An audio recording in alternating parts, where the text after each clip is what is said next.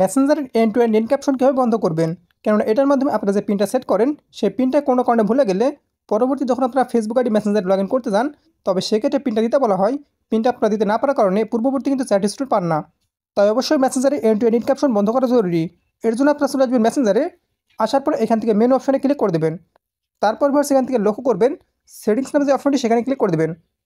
এবার একটু নিচের দিকে আপনারা স্লাইডে চলে আসবেন, তবে সেক্ষেত্রে লক্ষ্য করবেন প্রিফারেন্সের মধ্যে প্রাইভেসি অ্যান্ড সেফটি নামে একটা অপশন, অবশ্যই সে অপশনে ক্লিক করে দেবেন। এরপর এখান থেকে লক্ষ্য করুন end to end encrypted chat, সে অপশনে ক্লিক করে দেবেন। সাবস্ক্রাইব করুন আমাদের চ্যানেলটি, পাশের বেল আইকনটির উপর ক্লিক করে অল সিলেক্ট করে দিন পরবর্তী ভিডিওর নোটিফিকেশন সবার আগে পাওয়ার জন্য। এবার এখান থেকে প্রথম অপশন মেসেজ স্টোরেজ অপশনে ক্লিক করে দেবেন।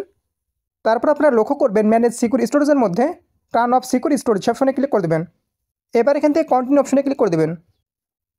এমন দিক করছেন সিকিউর স্টোরেজ অফ, অর্থাৎ আপনাদের মেসেঞ্জারের end to end encryption off হয়ে গেছে। যদি আপনারা চান মেসেঞ্জারের এন্ড টু এন্ড এনক্রিপশন সার্ভিসটা পুনরায় অন করবেন, তবে সেক্ষেত্রে এখান থেকে টার্ন অন সিকিউর স্টোরেজ অপশনে ক্লিক করে দেবেন। এমনকি এখান থেকে লক্ষ্য করবেন আপনার মেসেঞ্জারে যে পিনটা সেট করা ছিল সেই পিনটা দিতে বলা হচ্ছে। অবশ্যই আপনি এখান থেকে পিনটা দিয়ে দিবেন। পিনটা দিয়ে দিলে কিন্তু পুনরায় চালু হয়ে যাবে। আর আপনারা যারা মেসেঞ্জারের পিন ভুলে গেছেন তারা কি করবেন, তো আমি এখান থেকে অফ করে নিচ্ছি। তারা কিন্তু নতুন পিন সেট করতে পারবেন। তো এখান থেকে আপনারা লক্ষ্য করবেন ডিলিট সিকিউর স্টোরেজ অপশনে ক্লিক করতে হবে। এরপর এখান থেকে কন্টিনিউ অপশনে ক্লিক করে দেবেন। দেখতে পাচ্ছেন সিকিউর স্টোর ডিলিট। সেক্ষেত্রে আপনি একটা বিষয় মাথায় রাখবেন, end to end encryption service চালু করার মাধ্যমে যেই পিনটা সেট করছিলেন তার মাধ্যমে যে সমস্ত মেসেজগুলো সিকিউর মেসেজ হিসেবে জমা হয়েছিল সেই সমস্ত চ্যাট স্টোর ডিলিট হয়ে যাবে।